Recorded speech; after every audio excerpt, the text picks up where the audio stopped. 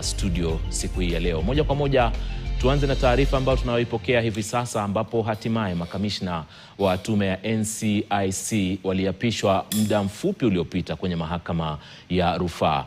Kefa Omae Nyamweya ndiye mwenyekiti mpya wa tume hiyo. Nyamweya na makamishna wenzake 6 wanachukua hatamu wakati ambapo taifa linaendelea kushuhudia cheche zinazotishia umoja na utangamano wa taifa. Moja kwa moja tuelekee katika mahakama hiyo tuweze kusikia hotuba inayoendelea hivi sasa na rais wa mahakama Martha Koome. Of exclusion or a source of division. The Commission's mandate remains as vital today as it was at its inception. And like Mr. Mbiuki has told you, let us not hear that you have no teeth to bite.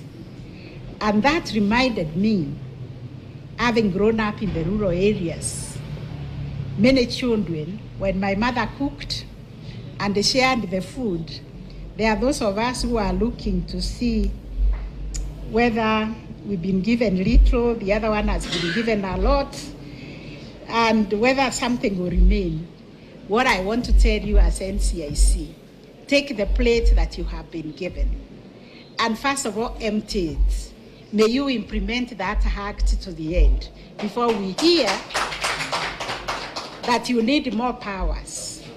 More powers to do what when you have not exhausted what you already have. We have the prosecution, we have the investigators, we have Kenyans coming forward to complain about this and that. First of all, attend to that before you can say you have been crippled because you have not been given the teeth to bite.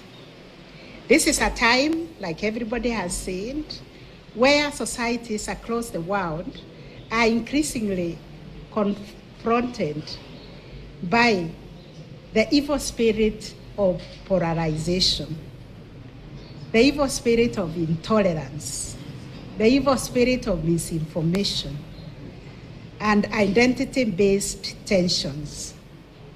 So, an institution such as NCIC remain indispensable guardians of social cohesion and national unity.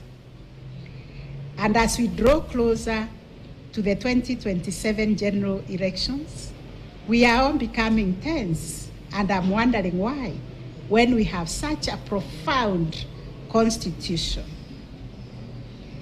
When we have NCIC in place, and your work is already cut out for you, and Dr. Omae, as you said, this work requires courage.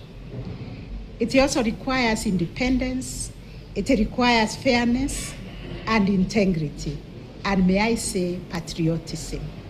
Because at the end of the day, every Kenyan must feel safe and secure because we have this great constitution and we have these institutions that we have, all of them, including NCIC, the judiciary, the devolution.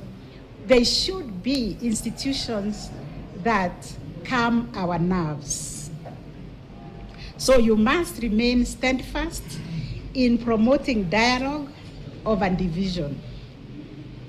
Let no one be incited to feel less of a human being simply because they come from a certain ethnicity.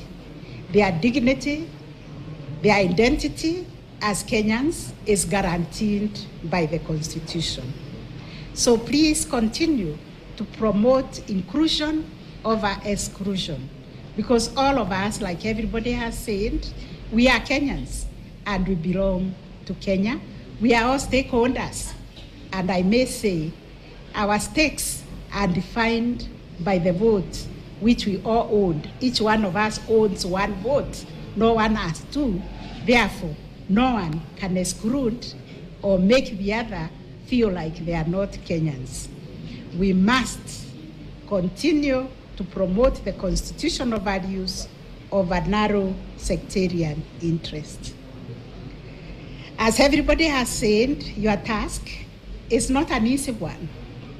Nation building is often slow, it's also delicate, and it demands work, it demands heavy lifting. But it is necessary work that we must all do because, as you said, we have been given this public responsibility to discharge.